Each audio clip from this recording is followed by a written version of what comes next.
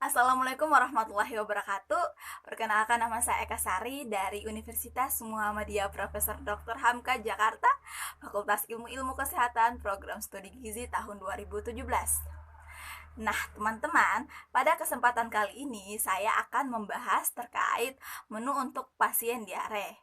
Nah, dalam konten ini itu mengandung konten terkait pertama alat dan bahan yang digunakan dalam proses memasak menu untuk pasien diare, kedua cara memasak untuk menu pasien diare, ketiga cara penyajian, keempat terkait waktu dan juga menu-menu apa saja yang akan disajikan, kelima terkait syarat dan prinsip diet, keenam terkait zat gizi apa yang terkandung dalam menu-menu tersebut, dan ketujuh yaitu alasan kenapa menu-menu tersebut terpilih dan digunakan untuk pasien yang terkena diare.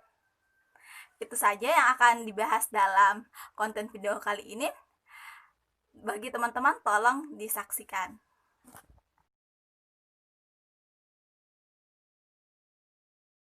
Yang dibutuhkan untuk pembuatan menu bagi pasien diare.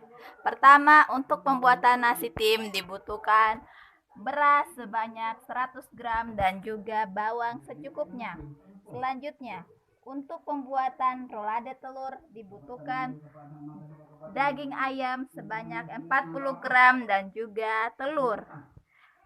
Dan ditambahkan daun bawang, dan juga wortel secukupnya. Selanjutnya, untuk pembuatan tahu tim itu dibutuhkan 50 gram tahu dan juga kecap. Selanjutnya, untuk pembuatan sup wortel dibutuhkan wortel sebanyak 100 gram, bawang dan juga daun bawang secukupnya.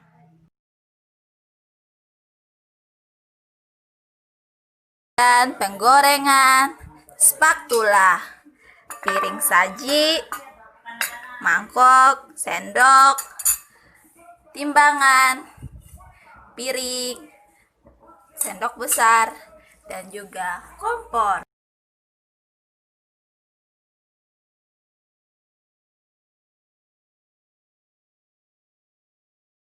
Tim nasi ditaruh di dalam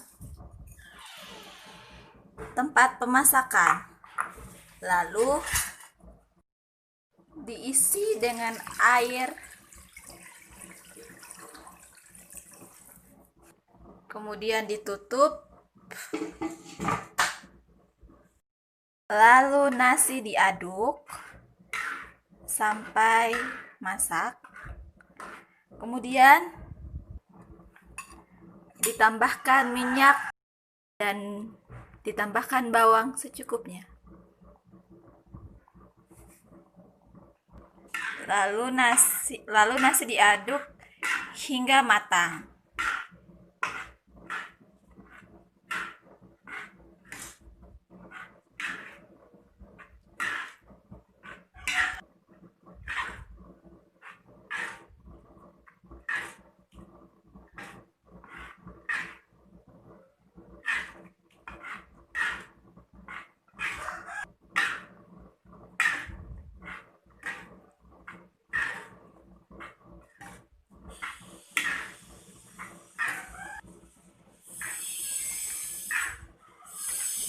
Diaduk terus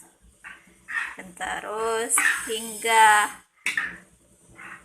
nasi matang.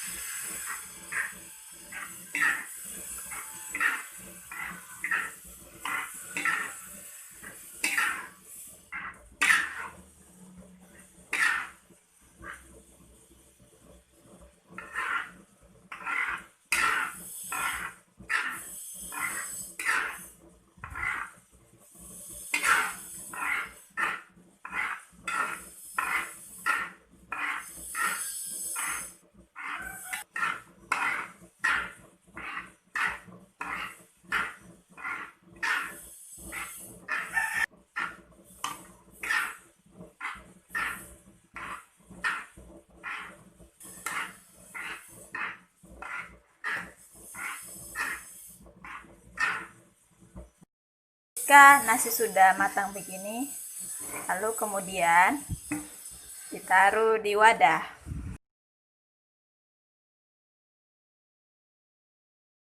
Minyak goreng dan telur. Bawang merah, bawang bombay dihaluskan. Dicampurkan bersama wortel dan bawang secukupnya. Dalam aluminium foil, lalu diisi telur dan diisi daging cincang. Dikukus.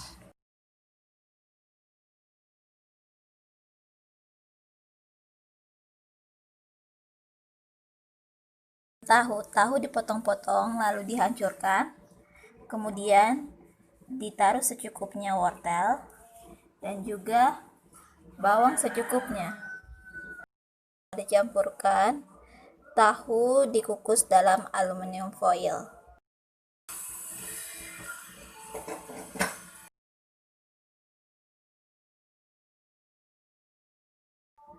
Pemasakan sup wortel. Pertama, kita tuangkan minyak secukupnya. Tunggu hingga mendidih. Minyak mendidih, tambahkan bawang putih, bawang merah, dan bawang bombay.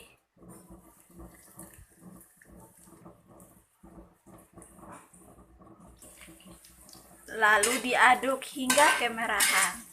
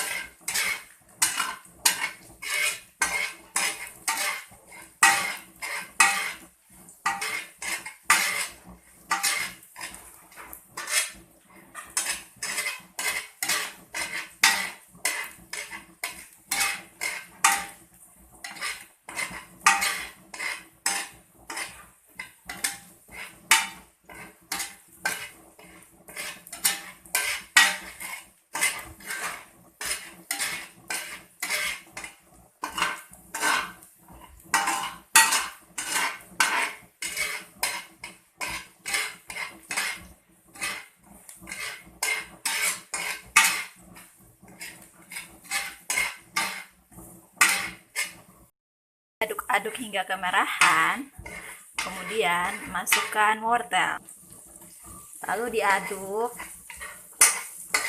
aduk-aduk.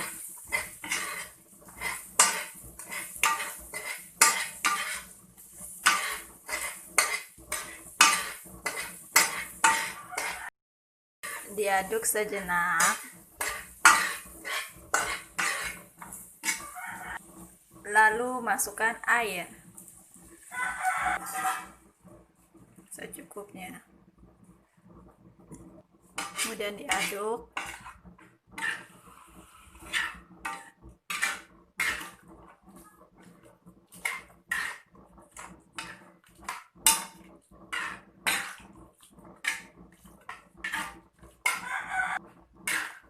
Tunggu sampai wortelnya agak layu, kemudian ditutup.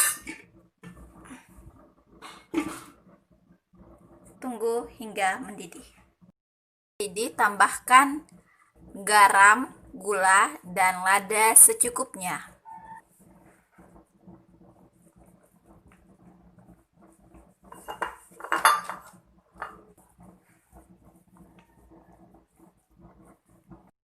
Masukkan lada secukupnya. Terakhir, setelah sup sayuran telah mendidih, ditambahkan dengan daun bawang. Lalu diaduk.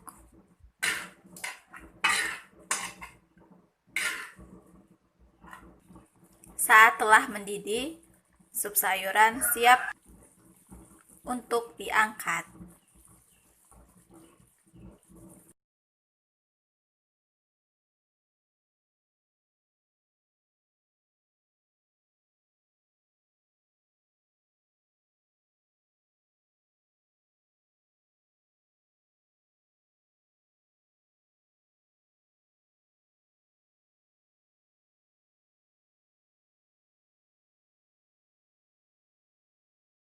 Baiklah teman-teman, saat ini kita akan melakukan proses penyajian. Yang akan kita sajikan terlebih dahulu adalah nasi tim. Caranya adalah dengan menaruh mangkok di sini, lalu aktifkan tombol on, isi mangkuk dengan nasi tim sampai 100 gram.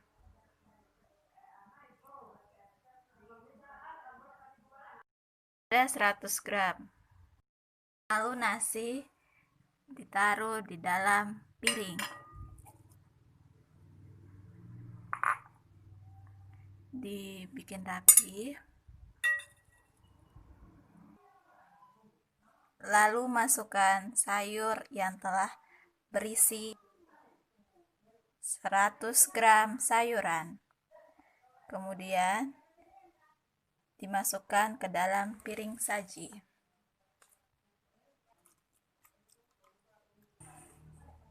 Lalu masukkan rolade telur. Masukkan tim tahu.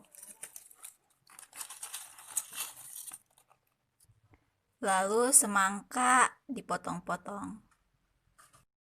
Pepaya ini dimasukkan dalam piring ini. Setelah itu kita plating.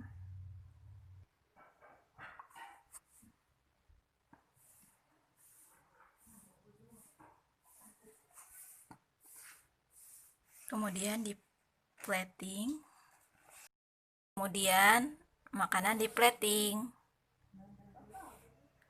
Lalu semua masing-masing di plating seperti ini. Seperti itu. Lalu dimasukkan daun bawang seperti itu, lalu masukkan bawang goreng seperti itu sampai selesai.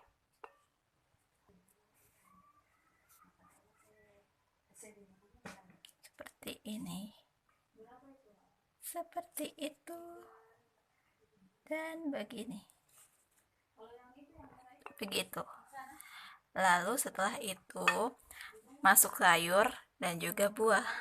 Sayur dimasukkan bawang goreng secukupnya untuk variasi. Makanan siap disajikan.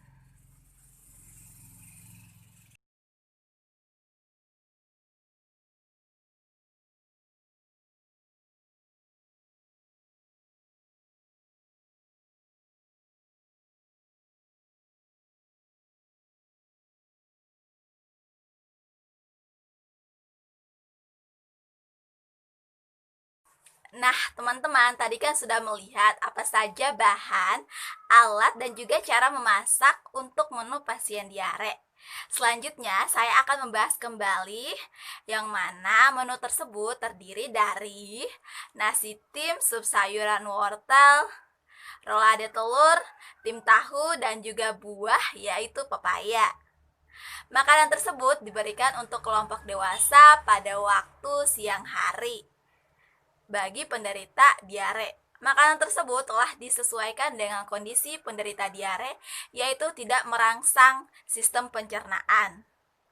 Selanjutnya, syarat dan juga prinsip diet bagi penderita diare. Syaratnya yaitu ada beberapa. Pertama, makanan parenteral atau dipuasakan apabila masih dalam masa akut. Kedua, jika kondisi klinis membaik, makanan diberikan secara bertahap, mulai dari makanan cair, meningkat menjadi diet rendah, sisa, dan serat rendah, makanan lunak, dan makanan biasa. Ketiga, energi dan protein diberikan tinggi untuk mencegah penurunan berat badan, mempertahankan keseimbangan energi dan protein, serta memperbaiki protein plasma. Keempat, vitamin dapat diberikan seperti vitamin A, C, vitamin D, asam folat, dan vitamin B12, serta mineral seperti kalsium, zat besi, magnesium, dan juga seng. Kelima, jika terjadi intoleransi dan malabsorpsi lemak, diberikan makanan enteral rendah atau bebas laktosa yang mengandung asam lemak rantai sedang, medium chain triglyceride (MCT). Ketujuh, menghindari makanan dengan bumbu yang merangsang tajam karena itu dapat memberatkan bagi sistem pencernaan penderita diare. Ketujuh, cara pemesanan diet, makanan cair atau makanan biasa atau diet sisa rendah. Selanjutnya, prinsip diet bagi penderita diare. Pertama, energi dan protein sesuai kebutuhan, berat badan ideal, dan sesuai tinggi badan aktual. Kedua, protein diberikan 10-15% dari total energi. Lalu diberikan lemak 20-30% dari total energi. Lalu diberikan karbohidrat 50-60% dari total energi. Diberikan cukup vitamin, mineral, dan juga cairan. Diberikan tinggi kalium jika terjadi hipokalemia, serta diberikan makanan dengan porsi kecil tetapi sering. Diberikan 6 kali makan dalam sehari. Kandungan energi dan zat gizi makro serta mikro pada menu yang telah disajikan, yaitu pada menu makan siang bagi penderita diare, yang mana kandungan zat gizi tersebut saya analisis menggunakan perhitungan TKPI atau dengan perhitungan manual dan juga menggunakan Nutri-Survey. Pada kandungan energi, dengan persen kebutuhan untuk makan siang adalah 30%. Nah, jumlah kalori dari menu tersebut adalah 637 kilokalori. Sedangkan persen kalori yang dibutuhkan untuk makan siang dalam kasus yaitu 621 sampai 759 kilokalori. Hal ini berarti menu tersebut telah sesuai dengan 30% kebutuhan untuk makan siang. Selanjutnya, untuk zat gizi mikro yang terkandung pada menu tersebut, yaitu terdiri dari protein, lemak, dan juga karbohidrat. Pada protein, itu mengandung zat gizi sebanyak 25,3 gram, lemak mengandung zat gizi sebanyak 17,3 gram, serta karbohidrat mengandung zat gizi sebanyak 85,6 gram. Selanjutnya, pada vitamin dan mineral yang saya analisis kembali menggunakan Nutri-Survey, yang mana kandungan zat gizi dari zat gizi makro tersebut, yaitu pada vitamin A itu mengandung 4092,1 mikrogram, vitamin C mengandung zat gizi sebanyak 80 mg, vitamin E mengandung zat gizi sebanyak 1,5 mg, vitamin B1 mengandung zat gizi sebanyak 0,2 mg, asam folat mengandung zat gizi sebanyak 60,5 mikrogram. Selanjutnya, pada mineral itu terdiri dari kalsium, zinc, magnesium, dan juga zat besi. Pada kalsium mengandung zat gizi sebanyak 97,2 mg. Zinc adalah zat gizinya mengandung 2,2 mg. Magnesium mengandung zat gizi sebanyak 84 mg. Dan juga zat besi mengandung 4,9 mg. Alasan menyusun dan juga memilih menu tersebut bagi menu pasien diare, yaitu pertama, karena menu tersebut mudah dikonsumsi bagi penderita diare, karena menu tersebut merupakan makanan lunak yang mana itu tidak memberatkan untuk pencernaan bagi penderita diare. Yang kedua, menu tersebut mengandung banyak zat gizi yang dapat membantu dalam proses pemulihan bagi para penderita diare. Seperti yang saya jelaskan tadi, pada menu tersebut mengandung vitamin A, vitamin B, vitamin C, vitamin E, asam folat, dan juga banyak zat gizi lainnya yang mana itu dapat membantu dalam proses recovery atau pemulihan bagi penderita diare. Yang ketiga, menu tersebut tidak merangsang sistem pencernaan sehingga aman bagi penderita diare. Makanan tersebut atau menu tersebut tidak merangsang karena tidak mengandung bahan-bahan yang mana merangsang bagi sistem pencernaannya, sehingga baik untuk sistem pencernaan. Nah, itulah teman-teman segala yang terkait dengan konten ini. Terima kasih telah menyaksikan konten ini. Semoga ilmunya dapat bermanfaat bagi teman-teman semua. Billahi taufiq wal hidayah. Wassalamualaikum warahmatullahi wabarakatuh.